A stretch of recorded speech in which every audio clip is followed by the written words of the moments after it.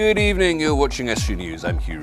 In the headlines tonight, train cancellations in Hull, street angels in Beverley, and 100 years after women got the vote, the first of 100 remarkable women. And later in tonight's programme, we'll hear from Scunthorpe United manager Graham Alexander and Hull KR player Danny Maguire in the Sports with Jack, and I'll be talking to Simon West about Louth's Run for Life.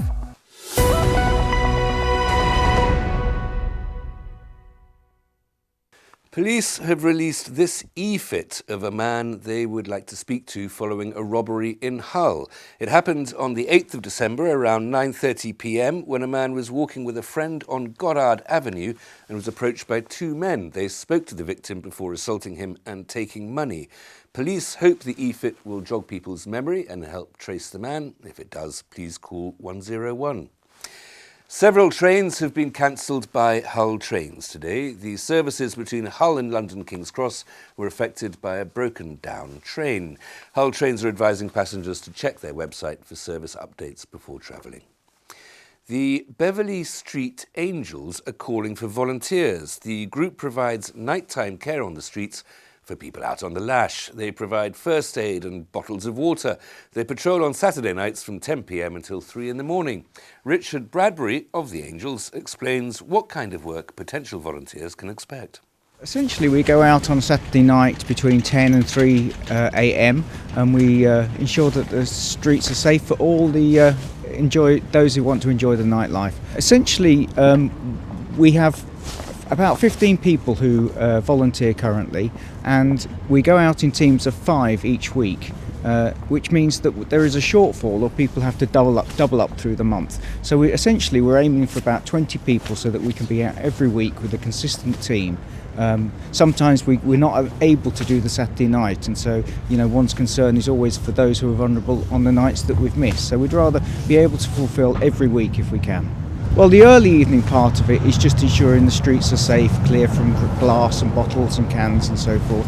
And then as the evening progresses and people are starting to come out of the pubs and so forth, it's looking for those who might be on the edge, might have been disconnected from friends, might be in need of some water, flip-flops, particularly for the ladies who have high heels and have been out for a long time, and just making sure everybody is safe and comfortable in order to get them home without any incident. Well, the ideal is to email us at info@beverleystreetangels.com, or they can phone our office number 01482 868 124. Meanwhile, 10 of Lincoln's bars are taking part in a pilot scheme to crack down on drugs. The venues are joining forces in an attempt to keep people safe when they're on a night out in the city. Revellers will be able to ask bar staff for their drink to be tested via a drink detective narcotic kit if they have any concerns. The scheme will run for 6 months. And a new report has revealed that Lincoln is one of the most congested cities in the UK. It was the 4th worst city for traffic. Drivers spend an average of nearly 2 days a year in rush hour gridlock. Market researchers INRIX came up with the results. London was the worst city for congestion. £23 billion will be invested in road schemes nationally to cut congestion, according to the Department of Transport. This week marks the centenary of most women in Britain getting the vote for the first time, not to mention the 40% of the male population who had not previously been able to vote. Over the next few weeks on Estuary News, Luke Adams will be profiling key women who've made a difference to society over the last 100 years. This week, a pioneer from Hull who played a key role in the campaign to win the vote for women.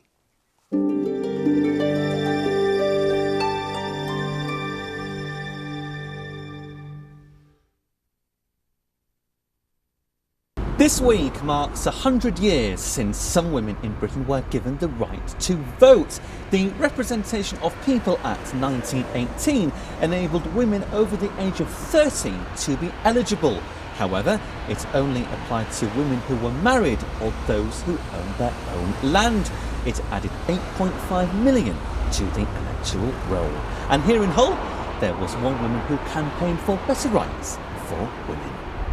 Dr Mary Murdoch was Hull's first female GP. She was born in Scotland and her first post was as house surgeon at the Victoria Hospital for Sick Children in Park Street. Along with Dr. Louisa Martindale, she was instrumental in founding the city's first branch of the National Union of Women's Suffrage Society in 1904. She lived on Beverley Road with Dr. Martindale, and the house was used as a meeting point for suffragists. She was an expert in children's diseases, and in her role as a doctor, she visited homes and met patients who were poverty-stricken. And this made her realize that many of the problems facing men, women and children were the result of the insanitary living conditions that they had. And this made her determined to do something about it. Well, it was noted when she was fairly young that she detested injustice. And I think as she got older, she matured, got qualified, she was coming in contact with a lot of people who were, as I said before, poor, who were disadvantaged in every way, and particularly women. And she realized that the only way that these problems could be remedied, or one of the main ways in which these problems could be remedied, was to have women being given the right to vote, because then they would be able to participate in the making the policies that would address these problems. Dr. Murdoch died in 1916 at the age of 50 with an acute attack of influenza, according to the British Medical Journal at the time. Her funeral saw thousands of mourners line the streets to pay their respects to a woman who fought to improve the lives of the people of Hull. She had incredible strength and determination and committed her life to Hull, the city that employed her, the city where she made a real difference. She had a special corner in her heart, she said, for these, quotes, fallen women. And, she would help them, talk to them, even go with them to their parents to, help the parents come to terms with what had happened. So she was a woman of vast compassion and generosity. And as I say, a truly unique woman in that respect. Hornsey could soon have its own currency. The town's council's idea for the Hornsey squid is to keep money in the seaside town to boost the local economy. The town's 2 remaining banks will close in the summer. The squid would be equal in value to the pound, but could only be spent in the town. Local people are now considering the plan before a final decision is made. The Treasure House in Beverley has unveiled its programme for 2018. Exhibitions include Legacy, a painterly response to World War I, and the 53rd Annual Wildlife Photographer of the Year exhibition. Last year, the wildlife exhibition attracted around 70,000 visitors. Councillor Richard Burton of East Riding Council of Yorkshire says that having these exhibitions in the Treasure House is a boost for Beverley. The Treasure House is a wonderful asset that we have at the council. I mean, it's not just the gallery, there's the cafe, there's the archive service, the library service, the whole range. But we are obviously here in the Contemporary Gallery, and this is a space that we are so proud of. And we've done a lot to restore the place, and it really is now the place where we can showcase some wonderful art. And we've had some great exhibitions. The City of Culture year was absolutely fantastic for us, and I'm pleased to say that we're building on that, and we're now putting our programme together for 2018. Centrepiece of that is going to be the World Wildlife Exhibition again, which is going to be with us. I mean, that was a phenomenal exhibition last year. It was one of our showcase exhibitions as part of the City of Culture. At the moment, I mean, we've got the Humber Estuary Changing Views exhibition, which is a fascinating exhibition of called traditional art, alongside some modern art, depicting the sort of changing scene of the Humber over the last couple of 100 years, really, and that's been a fascinating exhibition as well. Well, it's about celebrating culture, it's about showcasing what we have in the East Riding, it's about getting people into this building and really sort of maximising it, showing it's a service that really has got something special to offer. It's creating what I call a bit of a cultural quarter for this part of Beverley as well. So it's something that really is sort of growing, gaining further interest, and hopefully we can develop as we go forward, really. North Lincolnshire Council is one of 11 local authorities to support a flood management strategy for the Humber Estuary. Created by the Environment Agency, the Humber Flood Risk Management Strategy will look at ways the combined councils can deal with flooding in the area. The document will include ways to manage tidal flood risk around the Humber over the next 100 years. The review will be completed by next autumn, when it will be submitted to DEFRA for approval. Plans for a bird-watching hide on the East Yorkshire coast have been backed by councillors. The development at Flamborough Head is needed to protect twitchers watching the sea in bad weather. The plans faced stiff opposition from locals who argued the stretch of the coast should not be developed, but East Riding Council voted 8-2 in favour of the plans. The hide will cost £40,000.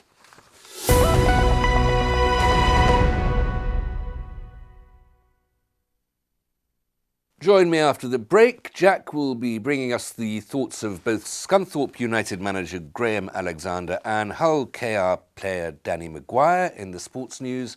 And Simon West will be here with me in the studio to talk about preparations for this year's Louth Run for Life.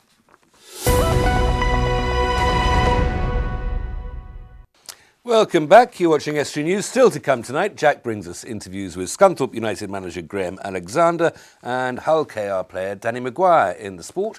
And I'll be talking to Simon West about Louth's Run for Life.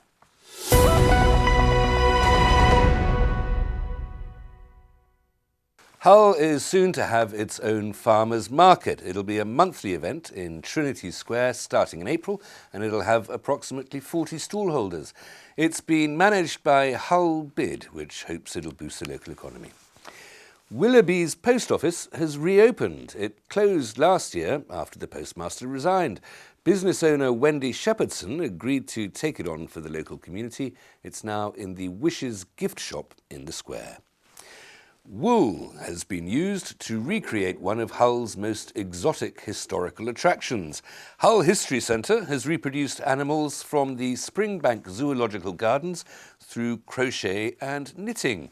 They include a 6-centimetre goat and a 6-foot giraffe.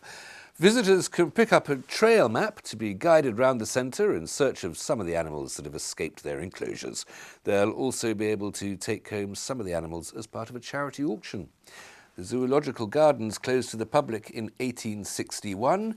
The Hull Woolly Zoo exhibition will close on the 7th of April.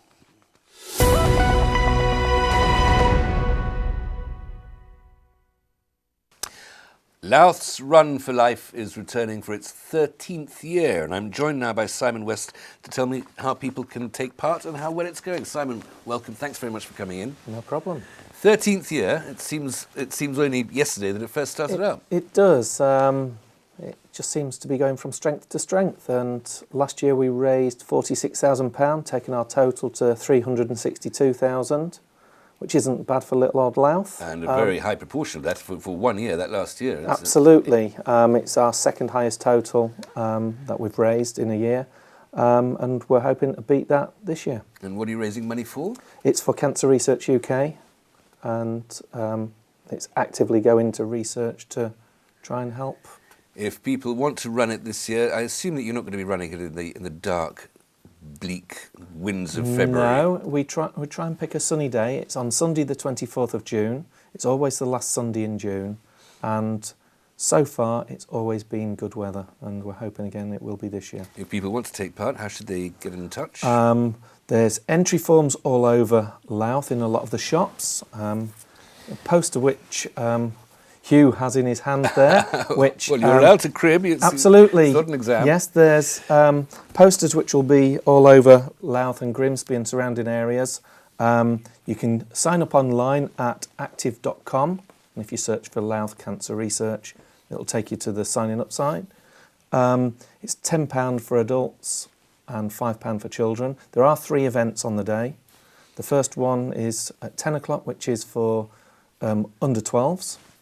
Then the main event, which is the women's race at 10:30, which is a 5k race out through Hubbard's Hills and back into town. And then the final one is the men's at 11:45, again the same route as the women's. And then after it's all finished, the King's Head in Louth are putting on 3 bands and a barbecue. Well, let's talk about the Okay. racing itself first. Okay. Or not racing. It's very important to make the point Absolutely. that it's not a race. No, it isn't. You can run, walk, jog, crawl it if you want. The eldest person we've had has been, I think, 92. We've had some of the local care homes push their residents around in wheelchairs. And we try and make it a fun event. We encourage people to wear fancy dress. And we're really trying to encourage men to enter this year, as it is probably the lowest entry of the 3 races. Well, what were the proportions? What were the numbers in terms of runners, and how many of them were men last year? I think there was about 300 to 400 men.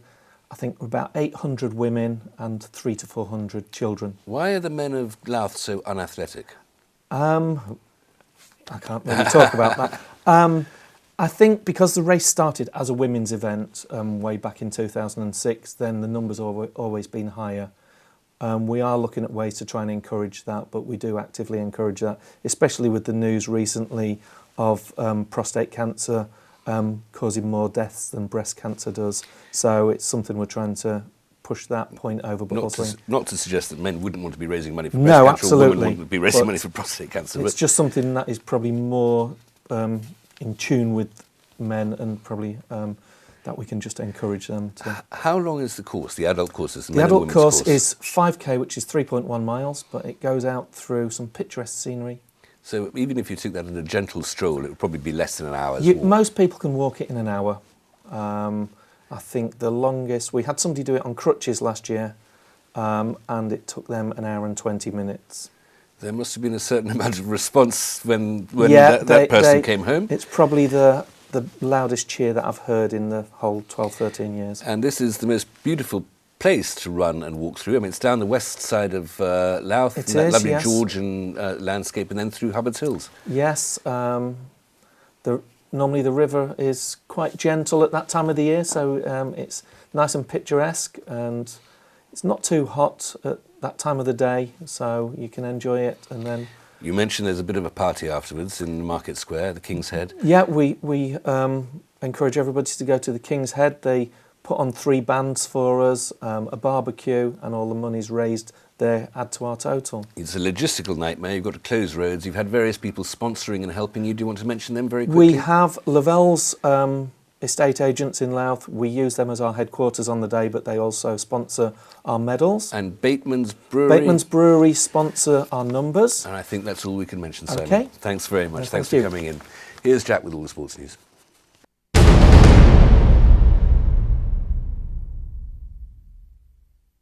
We'll begin with football, and for Hull City there's some good news on the injury front. The club announced today that defender Stephen Kingsley made a big step in his recovery from a groin problem. The 23-year-old has been out of action since late September after undergoing surgery on the injury.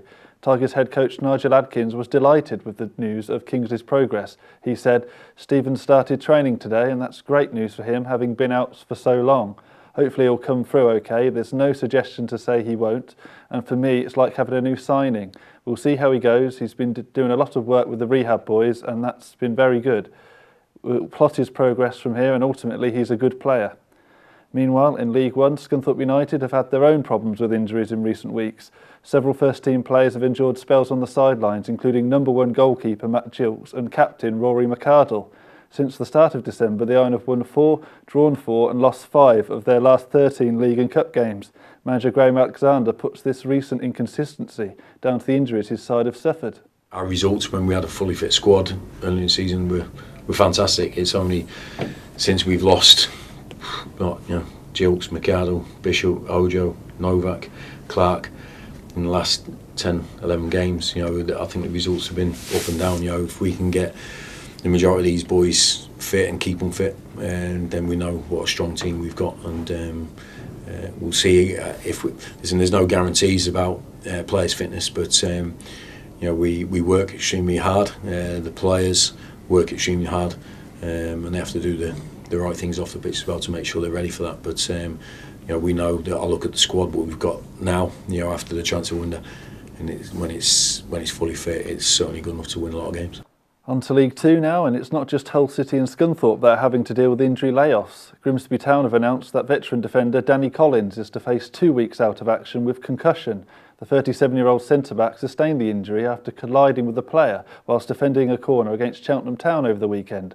Town physio Dave Moore said Collins has entered the concussion protocol, which means he'll be rested for 2 weeks before a gradual return to playing. And finally, in Rugby League, Hull Kingston Rovers make the short trip down the M62 tomorrow to take on Leeds Rhinos. It's the Robins' first away game back in the Super League after their promotion from the Championship last season. The game will take place at Elland Road, the home of Leeds United, and KR will be looking to bounce back from their opening game defeat to Wakefield Trinity. It's set to be an emotional game for Hull KR's new signing, Danny Maguire, who spent over 15 years as a Rhinos player. The Leeds-born standoff won 16 major trophies at the club, including 8 Super League grand finals. Despite leaving his hometown club, the 35-year-old said he doesn't have any regrets in joining Rovers. I was at Leeds over 20 years, and to be at in one environment for that long, I think you do get a little bit comfortable sometimes, and you get used to doing things a certain way. But it's been really good. It's taken me out of my comfort zone a little bit, and I've got a buzz, real buzz, getting up every morning and having to come into training and prove myself to everybody. So it's been really good. And that's all for today's sport. Back to Hugh in the studio.